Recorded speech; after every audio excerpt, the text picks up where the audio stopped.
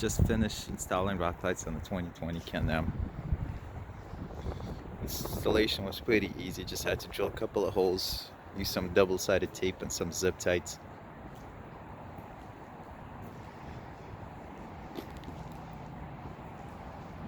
I think I might add a few more later on.